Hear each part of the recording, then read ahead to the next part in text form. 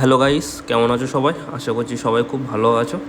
আজ গাড়িটা পুরোটাই ওয়াশ করব ভালো করে। গাড়িটা বারুইপুর নিয়ে গেছিলাম, পেছনে ব্রেকটার সমস্যা ছিল খুব, তার জন্য নিয়ে গেছিলাম। আগে সেটা শর্টের মাধ্যমে আপনাদের জানিয়েছি, ওই 241 টাকা মতন সামথিং কস্ট পড়ে। প্রথমে এই মডুলের চেন ক্লিনারটা দিয়ে চেনটা ভালো করে 10 মিনিট মতন ভিজিয়ে রেখে দেবো, কেননা চেনটাতে কিছু জায়গায় রাস্ট এসেছে এবং বালি ময়লা প্রচুর ভর্তি হয়ে আছে, যার জন্য চেনের প্রচুর আওয়াজ হচ্ছে। গাড়ির কন্ডিশন খুব বাজে অবস্থায় রয়েছে।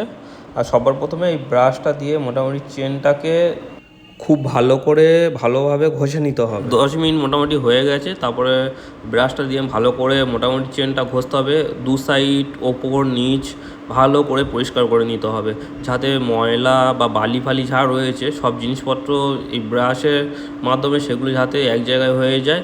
আর মাঝে মাঝে চেন ক্লিনারটা দিয়ে চেনটা আর একটু ভিজিয়ে নিলে আরও ভালো হবে। মোটামুটি চেনে যত ভিজবে তত জিনিসটা পরিষ্কার হবে। অনেকে দেখেছি ডিজেল ইউজ করতে, ডিজেল ইউজ করলে চেনের ভিতরে যে রবার টাইপের এটা থাকে সেটা নষ্ট হয়ে যায়। অনেক চেনে রবার থাকে, অনেক চেনে থাকে না, সেটার জন্য ফ্যাক্ট নয়। মেন ব্যাপার হচ্ছে যে যেটা দিয়ে ভালো বোঝে সে সেই জিনিসটা দিয়ে ইউজ করতে পারে। ভালো করে ঘষে নেওয়ার পর যখন দেখবে যে চেনটা পরিষ্কার হয়ে এসছে, তখন একটা কাপড় দিয়ে সে চেনটা ভালো করে মুছে নেবে। দেখবে যে কোনো জায়গায় ময়লা থাকলে সেই জায়গা আবার ক্লিনারটা ইউজ করে একটু ঘষে নিলে আবার সেই জিনিসটা হয়ে যাবে। আর আমার চেনে প্রচুর ময়লা ছিল, কাপড়ের অবস্থা খুব বাজে কন্ডিশন হয়ে গেছিলো। মোটামুটিভাবে ভালো করে পরিষ্কার করে নিয়েছি। আর চেনের যে স্পকেট ছিল, স্পকেটটা আগে পরিষ্কার করে রেখেছিলাম। এবারে চেনের কন্ডিশন আগের তুলনায় অনেক ভালোভাবে পরিষ্কার হয়ে গেছে। চেনের ভিতরে কিছু কিছু জায়গায় অল্প বালি রয়েছে, সেই বালিগুলো যখন গাড়িটা ধুইব ভালো করে, তখন বালিগুলো ভালো করে বার হয়ে যাবে। আর যখন লুপ করা হয়, লুপের যে সেগুলো চাকার দু সাইডে লেগে গেছিলো, সেগুলো মোটামুটি ধুইলে ভালো করে পরিষ্কার হয়ে যাবে।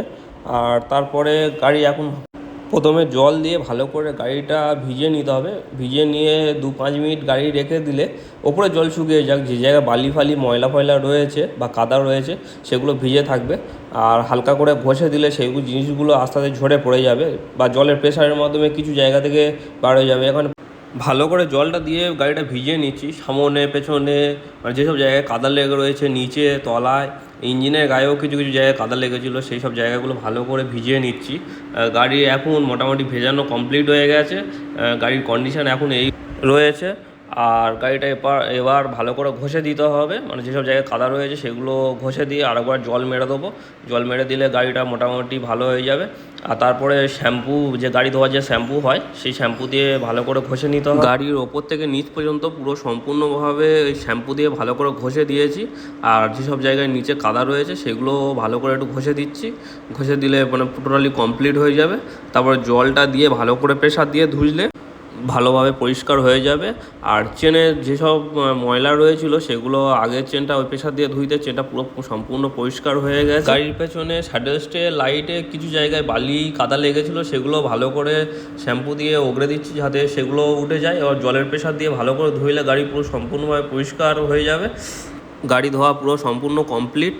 এবার গাড়ির কন্ডিশন এই রয়েছে, আর আগের কন্ডিশন খুব বাজে অবস্থায় ছিল। এবার গাড়িটা একটু পালিশ মেরে দেবো, আর চেনটা লুপ করে নিলে পুরোপুরিভাবে কমপ্লিট। এরকম ভিডিও পেতে চ্যানেলটিকে সাবস্ক্রাইব করুন, একটু সাপোর্ট করুন, যাতে পরবর্তীতে ভিডিওগুলো আরও ভালোভাবে আসে। কদিন যা বৃষ্টি হচ্ছে, বৃষ্টির কারণে গাড়ি টোটালি বার করা যাচ্ছে না। অতিরিক্ত বৃষ্টির কারণে